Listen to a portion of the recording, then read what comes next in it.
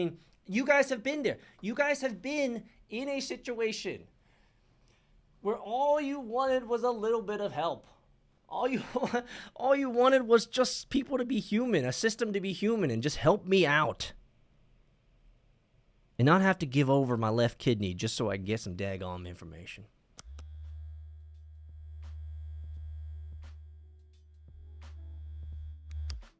You guys know that I'm all about Web 3.0.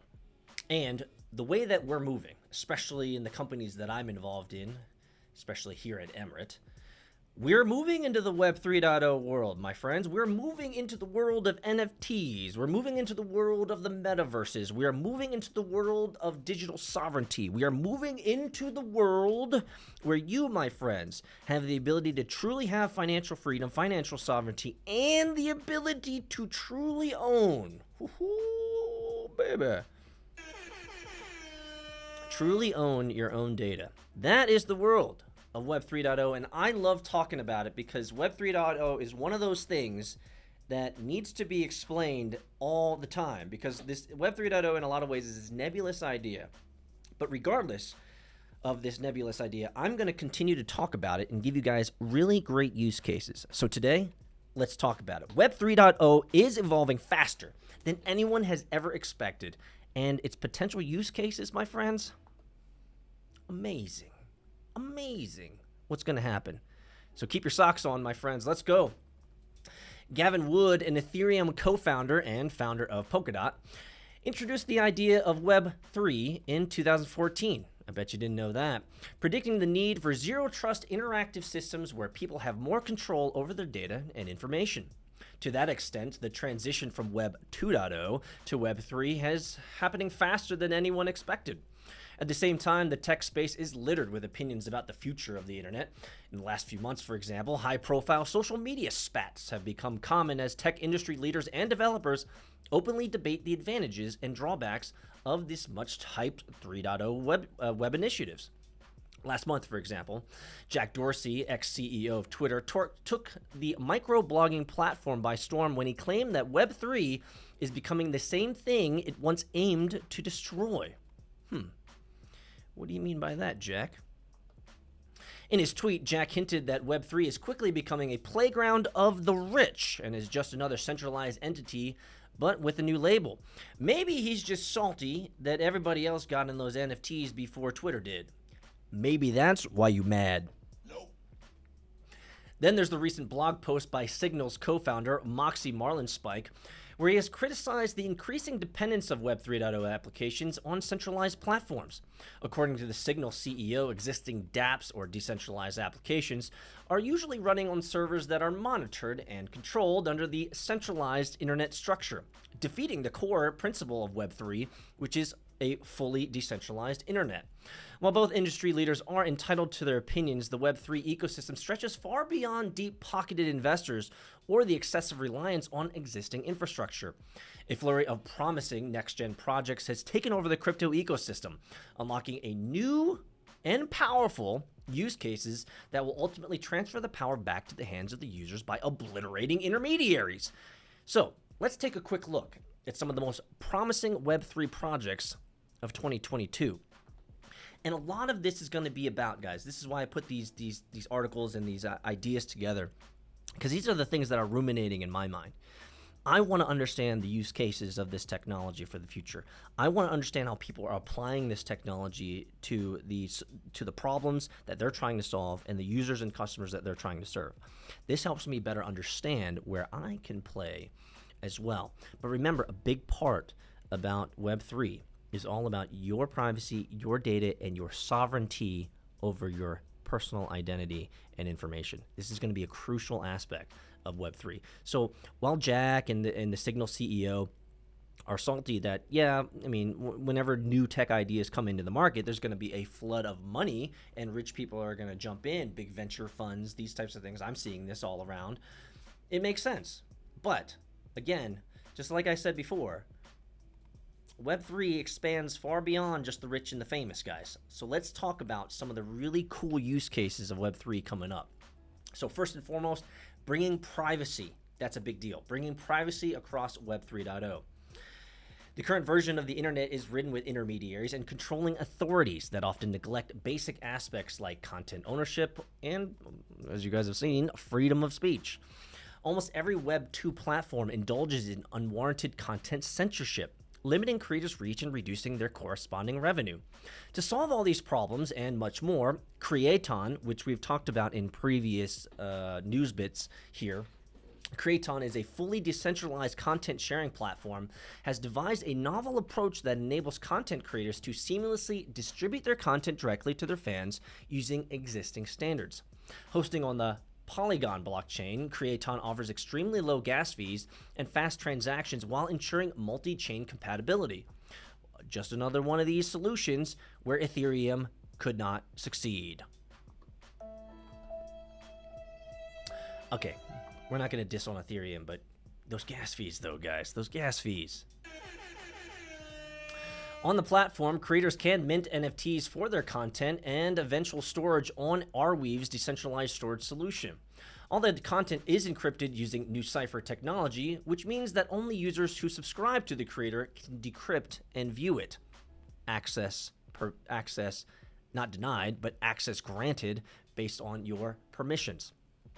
At the same time, the platform also offers subscription payment services via Superfluid's decentralized gateway, enabling creators to receive continuous income instead of monthly payments. And this is the power of Web3, is that these companies who are building these applications are leveraging other applications as well to integrate with them so they don't have to build a full solution, but it's really moving into this SaaS-based environment where you just pluck and pick which tools, which functions, which features, which applications make sense to integrate so that the users can have a great experience. This is going to be an amazing part of Web3 in that we're going to have this entire marketplace. Consider it like a big app store, right? A big app store where you'll have access to all these different libraries, SDKs, different ways of creating functions and features. It's going to be amazing. As long as developers keep building in this, we're going to have great libraries, SDKs, access, tutorials, walkthroughs, guides, entire downloads, open source. I mean, I just like, so I lived, right? So some of you guys know, and you guys are older than me, but I lived through the .com. Right, I lived through the hype cycle of that. I lived through the hype cycles of crypto, obviously, and like I'm feeling it. I'm feeling it in my podgies, guys. I'm feeling it in the gut. Web 3.0 is giving me the same feelings that I had when I was super stoked for crypto back in 2011. Super stoked for the crypto ICO boom. Yeah, I was there, guys. Back in 2016, 17. I'm feeling the same kind of fervor. I'm feeling the same type of energy. You know what I mean? I mean, it's like things you guys don't know what I'm reading. You guys don't know the little birds that talk to me. Like, there are things happening. The problem is I'm only one man. I'm only one dude. Like, I can't do everything I want to do because so many cool things are happening. Anyway. Let's talk about another. We're in this idea. We're in this idea of Web3 privacy. So let's talk about another network called Manta. So Manta Network is another privacy-focused solution for the Web3 ecosystem. Built on Polkadot as well, the platform uses ZK snarks to ensure end-to-end anonymity, faster throughput rates, and full interoperability across different substrate-based blockchain networks. Which, by the way, Substrate is the bomb. If you're a blockchain engineer or you're interested in going into blockchain, check out Substrate. Substrate is a great blockchain platform that you can build off of, and it's all free. Check it out, Substrate. By the way, I have messed with Substrate a lot.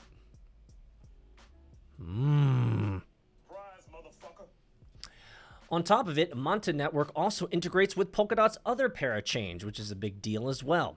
With the increasing need for privacy in DeFi, or decentralized finance, Manta Network has positioned itself as a layer 1 solution that is well equipped to offer enhanced privacy for the entire DeFi ecosystem. Manta's extensive product suite includes an AMM DEX and a payment protocol with built-in privacy. The Manta development team will also roll out additional products in the coming months, including a private lending feature and a synthetic asset protocol. So, what's going to be another big idea in Web3? Well, Data integrity, obviously. So when it comes to ensuring data integrity for Web3, this is going to be a big deal. We've had a lot of hacks, a lot of issues with data integrity, data privacy, data security. Web3 is going to solve a lot of that. Let's talk about it. When it comes to data-related problems being a constant in the technological landscape for ages, Web 2 has been filled with data integrity problems, primarily due to its reliance on centralized models, right? If you can hack the centralized server, you have access to all those social security numbers, all those credit card numbers, all that information. One guy guarding the tower is not a good idea, right? Decentralization, the power of decentralization is ensuring that you do not have one vector of attack. On the other hand, blockchain technology is well equipped to overcome the data integrity problem for good. Still, most traditional organizations don't have the necessary expertise or resources to leverage blockchain technology. But AuthTrail solves this problem with its blockchain-based data integrity SaaS platform and a range of applications. By integrating real-world operations with blockchain-powered data security, immutability, traceability, decentralization, and what the platform offers enterprise organizations and corporations worldwide, is proof of product authenticity and compliance along all the relevant data. And so they're doing all the heavy lifting to ensure all that data is secure, it's private, and it's audit and regulatory compliance. Sounds pretty good to me, my friends. As a blockchain agnostic solution, AuthTrail offers fast and cost-effective transactions by leveraging the inherent features of public ledgers and distributed ledger technology, or as you guys know, DLT. It includes an easy-to-use API and ensures seamless plug-in ability across individual blockchains, paired with a fully agile infrastructure that fits the varying needs of enterprises. To further optimize its services, the AuthTrail development team recently migrated to the Moonbeam network, a parachain on Polkadot, which gave them access to the expanding Polkadot ecosystem. Currently, the applications offered by AuthTrail are compatible with leading centralized platforms like AWS, SAP, Salesforce, Shopify, Microsoft, and Oracle, among many others. So, if we're going to continue to talk about data-related problems, let's talk about one that I recently came upon called Kilt Protocol. So, what is Kilt Protocol? Kilt Protocol is another promising project that provides verifiable certificates and decentralized identifiers for the entire Web3 ecosystem. Data theft and data privacy issues have become a regular thing in the Web 2.0 ecosystem due to the centralized infrastructure. I mean, we talked about those bored apes, guys. Those bored apes. And that doodle. To stop similar problems from seeping into the nascent Web3 ecosystem, Kilt Protocol has developed an open source blockchain protocol for issuing verifiable, revocable, anonymous, and claims-based credentials in Web3. With Kilt, users can share only the required information with service providers when registering for the first time. The underlying protocol uses a claim-based approach where users can be authenticated without needing them to provide their confidential information. Amazing. Amazing how it would be in a world where you don't have to give over your entire kidney to make sure that you can apply for something on the internet anymore. I mean, like, for example, I was looking at a car the other day. Sometimes I do that. And I thought I knew the price to it, the resale price to it, but I wanted to, verify it. So I went to Kelley Blue Book, right? So I went to Kelley Blue Book. I went there, and they have you fill out the entire specs of your car.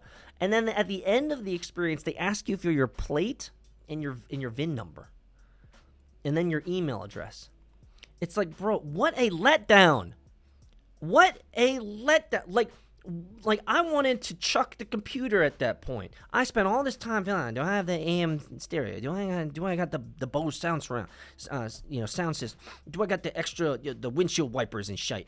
I checked off all this stuff. It took me at least 5 minutes. And then at the very end, when I'm like, just tell me the daggone price. Dad, now I have to get up and go take a picture of my VIN of my car, input that, go take a picture of my license plate, input that, and then I get cock-blocked at the very end because they're like, oh, we got to send it to an email. I'm like, bro, I don't need to know the price of this car that bad. Dadgummit, guys. I'm sorry. I mean, you guys have been there. You guys have been in a situation where all you wanted was a little bit of help. All you all you wanted was just people to be human, a system to be human, and just help me out. And not have to give over my left kidney just so I can get some daggone information. Anyway, let's continue talking about Kilt. So what does Kilt offer? Well, Kilt offers an JavaScript SDK, which allows developers to get in the game. It's amazing. It's amazing, amazing, amazing. But here's another one. Here's a new platform called Social KYC. Ever heard of that? Social KYC in its first product is aimed to offer a decentralized alternative to existing KYC verification processes. This is something that I came across when I was while I'm over here at Emirate, when it comes to KYC initiatives and making sure that we can know our customers so ain't nobody getting scammed. So I came across this and it was pretty cool. So let's check it out. While it originally started with a core group controlling the development processes, Kilt Protocol has transitioned into a fully decentralized and community-led ecosystem.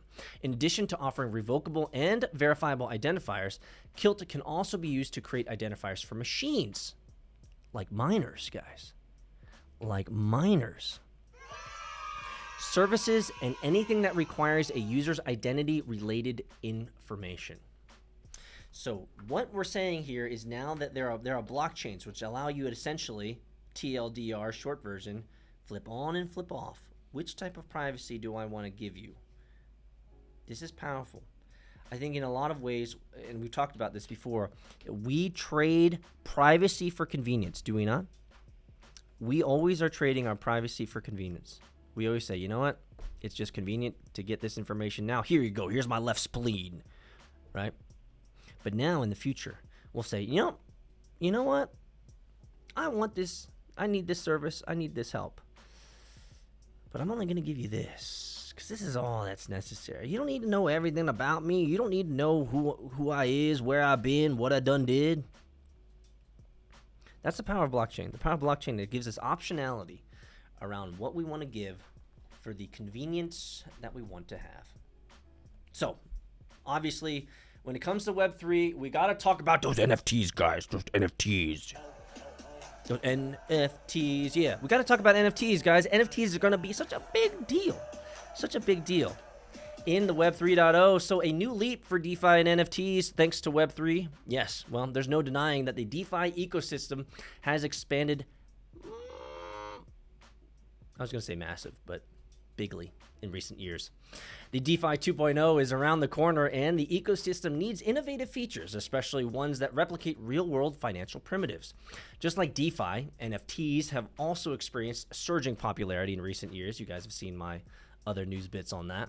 Yet creators mostly miss subsequent royalties amid the increased number of NFT marketplaces. And actually, this is one of the biggest problems of NFT marketplaces, as they literally are just little private islands of a few that are just making money. We can talk extensively about the fractured nature of the NFT marketplace ecosystem today, but that we can make that a topic for another discussion. So, amid all these NFT marketplaces, the problem is there's so many going on. And simultaneously, the existing smart contracts and token standards are no longer capable of ensuring that creators get their fair share from royalty of every sale. And that's how these, for those that are wondering, like, how the hell do you actually make money on NFTs? It's very simple. Let me give you the 3-step process.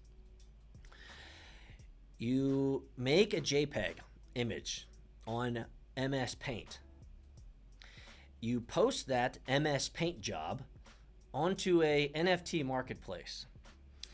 And 3, when you post that MS Paint JPEG paint job onto a NFT marketplace, you set a button or a field that says every time this NFT is traded, I receive X%. That's how they make money, guys. You make a crappy JPEG, you make it worth 1,000 Ethereum. When you sell that for 1,000 Ethereum, you get the fee. Yeah, the new user, they're gonna buy it for 1,000. Of course, this is the pump and dump, menagerie here. So they're going to sell it for 2,000 Ethereum. You're also going to get a percentage of that. That next guy who bought it because he's a sucker, he bought it for 2,000 Ethereum. He's going to sell it for 5,000 Ethereum. And since you're the originator of that MS Paint piece, you're going to get a cut. That's how it works, guys. Now, so do not be deceived. There is no magical gateway to making money in NFTs. It's just you make an MS Paint JPEG, you post it online, and you just get paid as it goes down the waterfall of pyramidal schemes. Anyway, for now, creators can only earn royalties if all subsequent sales occur on the same platform where the NFT was originally minted. So if you leave that ecosystem, you don't get paid. Here's an interesting project that might solve this problem, though. I came across this. It's CXIP or Zixabip. Anyway, the CXIP protocol ensures that NFT creators receive their royalties every time their NFT is sold on any marketplace across the blockchain ecosystem. The platform's paid smart contract enables seamlessly interoperability across individual chains, thus offering end-to-end NFT transaction monitoring for creators. To date, CXIP, or has rolled out a diverse range of personalized smart contracts alongside plug-and-play APIs to ensure creators receive their fair share of royalties, irrespective of where the original NFT was minted or sold. This is a good thing. To further spearhead Web3's core vision of fair, transparent, and equal ecosystems, the platform is set to launch the largest ever decentralized autonomous organization, or DAO, for NFT creators. Solutions are being built for the Web3 world, my friends. And the Web3 world is going to be a world in which amazing things can happen. Not only are there going to be new social networks, there are going to be new ways of interacting and engaging with people, especially in the Metaverse. There's going to be even more amazing ways for you, if you're a hustler, if you're a grinder, to make significant income, whether it be passive or whether it be active, because cryptocurrency and the Metaverse and the Web3 ain't going nowhere, guys. And so I'm here as a Lone Ranger telling you guys about what I'm seeing in the world and why it's so important. There are amazing things happening, guys. Amazing thing happening. So when it comes to Web 3.0, be on the lookout, my friends. Which, by the way, if you're really going to be on the lookout, you should probably look out for a really, really cool company called Emrit.io, EMRIT.io. Emrit.io is a wonderful company based out of Atlanta that sells cryptocurrency miners. It's really easy to get in. You go to Emrit.io, you order a miner, and then suddenly you're in the game of cryptocurrency, mining crypto for you in your wallet that you can turn into fiat, like dollars and such. Or you can save it and hodl it and allow that token to go to the moon. Wow. Amazing. Amazing that in the world of Web3, there are new companies like this company, Emrit, that are coming out with retail miners. Amazing. Amazing.